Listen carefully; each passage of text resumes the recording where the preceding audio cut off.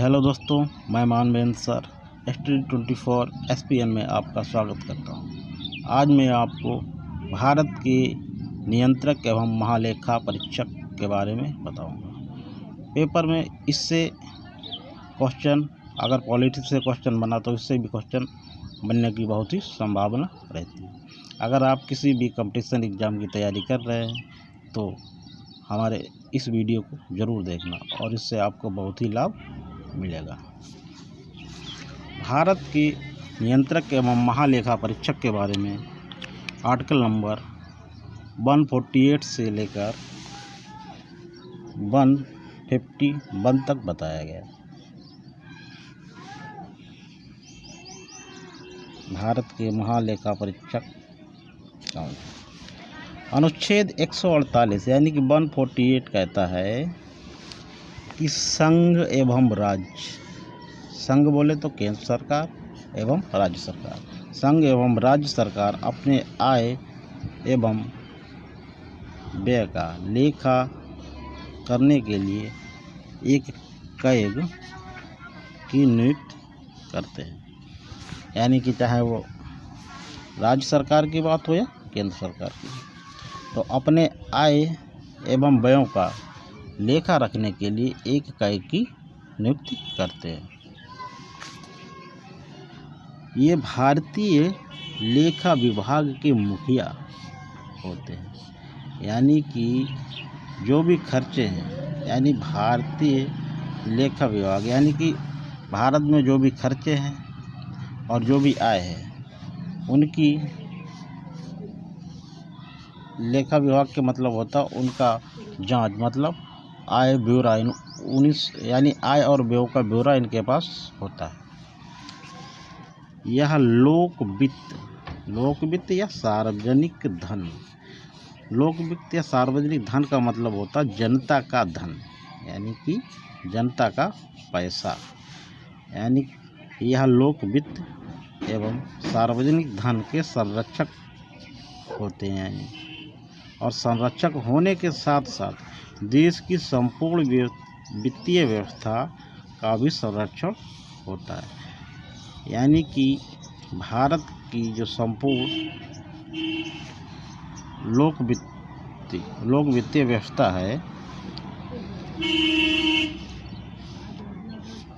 लोक वित्तीय व्यवस्था की ये क्या संरक्षक होते हैं, यानी देखभाल करते हैं उनकी।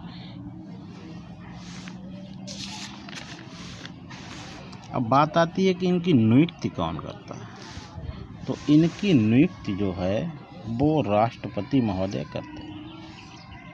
यानी कि इनकी नियुक्ति राष्ट्रपति महोदय करते हैं। फिर आती शपथ की बात, यानी कि शपथ कौन दिलाता है, तो शपथ भी राष्ट्रपति दिलाते हैं। और त्यागपत्र की अगर बात आए तो त्यागपत्र भी ये राष्ट्रपति को ही देंगे। यानी कि इनकी नियुक्ति राष्ट्रपति करेगा, शपथ भी राष्ट्रपति दिलवाएगा और त्यागपत्र भी ये राष्ट्रपति को देंगे। फिर इनका कार्यकाल, इससे पहले मैंने महान्यायवादी पढ़ा था, उसमें उनका कार्यकाल फिक्स नहीं था, लेकिन इनका कार्यकाल फिक्स होता 6 वर्ष या 65 वर्ष आयु जो पहले हो। इसका मतलब बच्चे इस पर कन्फ्यूज होते हैं कि 6 वर्ष और 65 वर्ष के हैं। तो सपोज करो कि उनकी आयु इस समय 59 वर्ष की है और वो नियंत्रक एवं महालेखा परीक्षक बन गए, तो जब वो 65 साल आयु के होंगे तो वो रिटायर हो जाएंगे। या सपोज करो कि किसी की आयु 62 वर्ष है, अब वो बन गए नियंत्रक एवं महालेखा परीक्षक, तो 65 वर्ष, अब वो 65 वर्ष के होंगे तो वो 3 साल ही काम करेंगे। यानी 65 वर्ष के जब वो होंगे तब वो रिटायर हो जाएंगे। यानी कि या तो 5-6 वर्ष तक पूरा कार्यकाल हो सकता है, या 65 वर्ष आयु उनकी पहले अगर पूरी हो गई कार्यकाल से तो पहले ही रिटायर हो जाएंगे। इसका मतलब ये है। साबित कदाचार विधि से इन्हें हटाया जा सकता है। यानी कि इन्हें साबित कदाचार विधि से हटाया भी जा सकता है। पेपर में क्वेश्चन आएगा कि इन्हें किस विधि से हटाया जाता है, तो हम क्या करेंगे, साबित कदाचार विधि के लिए संसद यानी लोकसभा और राज्यसभा दोनों में बिल पास किया जाएगा। अगर वो बिल पास हो गया तो इनको हटा दिया जाएगा। सेवा निवृत्ति के उपरांत यानी कि जब ये रिटायर हो जाएंगे, सेवानिवृत्ति के मतलब होता है कि जब ये रिटायर हो जाएंगे उसके उपरांत जो है कैग संघ या राज्य में किसी भी तरह का कोई पद धारण नहीं करेंगे। यानी कहने का मतलब ये है कि रिटायर होने के बाद चाहे राज्यों की बात करें या केंद्र की बात करें, किसी भी तरह का यह पद धारण नहीं करेंगे। यानी कोई भी पद ये नहीं धारण कर सकते हैं रिटायर होने के बाद। तो प्रथम कैग यानी कि प्रथम लेखा एवं लेखा निरीक्षक जो हैं कैग कंट्रोलर एडिटर जनरल, जिसे इंग्लिश में बोलते हैं, बी नरसिंह राव थे और वर्तमान में गिरीश चंद्र मुर्मू हैं। तो क्वेश्चन करंट में भी बन सकता है कि वर्तमान में कैग कौन है, तो क्या बताएंगे, गिरीश चंद्र मुर्मू। या क्वेश्चन आ सकता है कि प्रथम कैग कौन है, तो बी नरसिंह राव।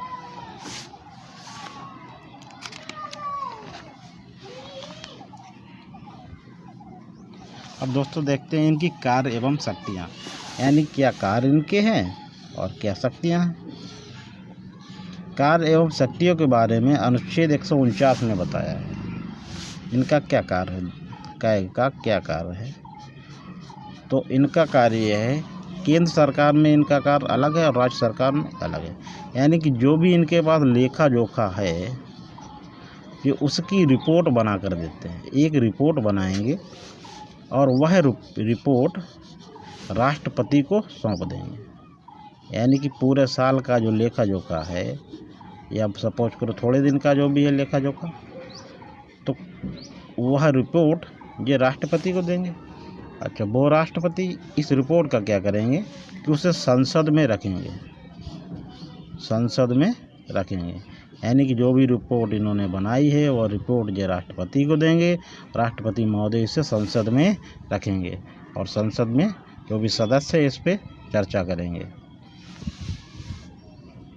या फिर क्या करेंगे, राज्य सरकार में क्या होता है कि ये रिपोर्ट जो बनाएंगे, रिपोर्ट तैयार करके वो राज्यपाल को देंगे। अब राज्यपाल इस रिपोर्ट को केंद्र में तो रखे नहीं, क्योंकि भाई राज्यपाल राज्य का होता है, तो राज्यपाल इस रिपोर्ट को विधानमंडल में रखेगा और इस रिपोर्ट पर विधानमंडल में चर्चा होगी। एक पॉइंट इन्हीं के लिए लिखा है कि कैग लोक लेखा समिति के मित्र, आँख, कान तथा मार्गदर्शक के रूप में होते हैं। यानी पेपर में सीधे क्वेश्चन आता है कि क्या होते हैं, ऑप्शन में देंगे, मित्र दे सकते हैं या आँख, कान या मार्गदर्शक। यानी कहेंगे लोक लेखा समिति के मार्गदर्शक कौन हैं, तब लगाएंगे कैग। बी आर अम्बेडकर ने इनके बारे में कहा, इनके मतलब कैग के बारे में कहा, बी आर अम्बेडकर ने इन्हें सबसे महत्वपूर्ण अधिकारी बताया।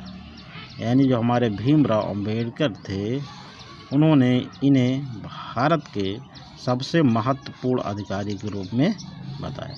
तो ये क्वेश्चन पेपर में कई बार आया है, तो इस पर भी आप लोग ध्यान रखिएगा कि बी आर अम्बेडकर ने किसको सबसे महत्वपूर्ण अधिकारी बताया। तो अब किसे बताएंगे, कैग को, कंट्रोलर एडिटर जनरल। तो दोस्तों बस इतना ही था इसमें। आज मैंने आपको कैग के बारे में संपूर्ण जानकारी दी, और अगर वीडियो अच्छी लगी हो तो हमारे चैनल को सब्सक्राइब कर लीजिएगा और एक लाइक करिएगा और अपने दोस्तों के पास शेयर करिएगा।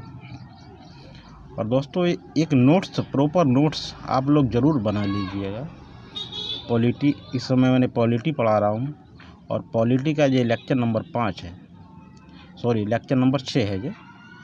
और आप एक अपना प्रॉपर नोट बनाइएगा और उसमें सभी नोट्स तैयार अच्छे से बनाइएगा और फिर उसकी आप रिवीजन करिएगा, आपको ज़रूर ही लाभ मिलेगा। और जो भी पेपर आप सॉल्व करेंगे तो अच्छे से सॉल्व हो जाएंगे, आप धीरे धीरे एक बढ़िया स्टेज में पहुंच जाएंगे। और किसी भी एग्ज़ाम की अगर आप तैयारी कर रहे हैं तो आपका पेपर अच्छे से ज़रूर निकलेगा।